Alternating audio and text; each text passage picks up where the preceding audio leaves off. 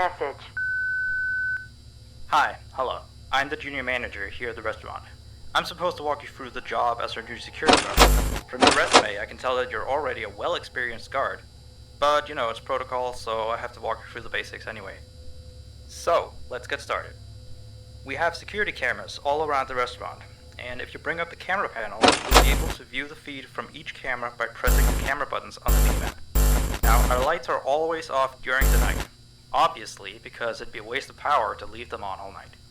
So to actually see something on the cameras, you can activate the camera system's night vision mode. You activate night vision by clicking on the button of whatever camera you're currently viewing. So for example, say you want to see what's on camera 1. You bring up the camera panel, you click on the button that says Cam 01, and then to use night vision, you click on Cam 01 again. Once night vision is activated, you can click on any of the other cameras and view them with night vision as well. And you turn it off the same way you turn it on. Now, night vision takes more power than regular vision, so make sure you use it sparingly. Your first priority as a security guard here is to keep an eye on the animatronics. Those are really expensive machines, and we do not want them stolen. And you keep an eye on them through the cameras. We have quite a few animatronics here at Candy. There's of course the cats Candy and Cindy, there's Chester the chimpanzee, there's the penguins, just lots I tell you. So, you also have 3 security doors in your office, each of which can be closed by pressing the door button by each door. These are here in case you're in some sort of danger, but personally I just use them to shut myself off from the world when I need a break. But don't let me be your role model on that one. You need to remember that closing these doors takes power, and the longer they're closed, the more power they drain. Now, I know that sounds kind of backwards, but you have to trust me on that one. I think it's something about the doors having an automatic fail-safe feature in case the power gets cut off. So they open up if there's no more power. All I know for sure is that they do use more and more power the longer they're closed, so you don't want to keep them closed for too long at a time. Now, the reason I keep mentioning the power is because the restaurant uses a backup power generator at night, which only has a certain amount of juice in it. So anything from viewing the cameras to using the security doors takes power. You can see how much power you have left on the computer on the desk in front of you. Try not to run out of power. If you do though, you won't be stuck in the office since the doors will always open up anyway. Oh, and one last thing. The animatronics aren't completely turned off at night, so they might start walking around a bit. But just be careful not to let any of them into the office, because we have stuff in there we don't want damaged or anything. Though, don't bother with the ticket booth door. They won't attempt to get in through there. That should be all. You'll hear from me again on your next shift. Have a good night.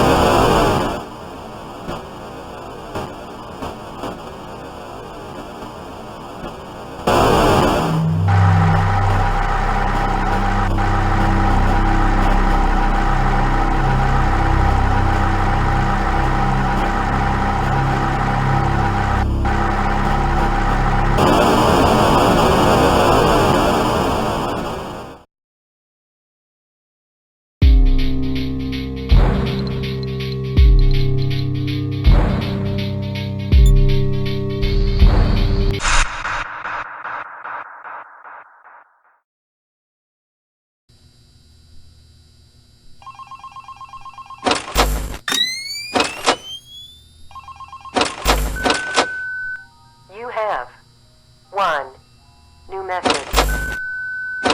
Hey there. I put up a note today to gather some intel on the animatronics from the other employees. Just to get a list of the issues we've had with them. They've written down some stuff here for you, so let's see. Alright, so obviously the animatronics walk around at night, you know that by now. They try to get to places they shouldn't be. Yep. They act weird after dark. They don't like adults. I mean, I suppose.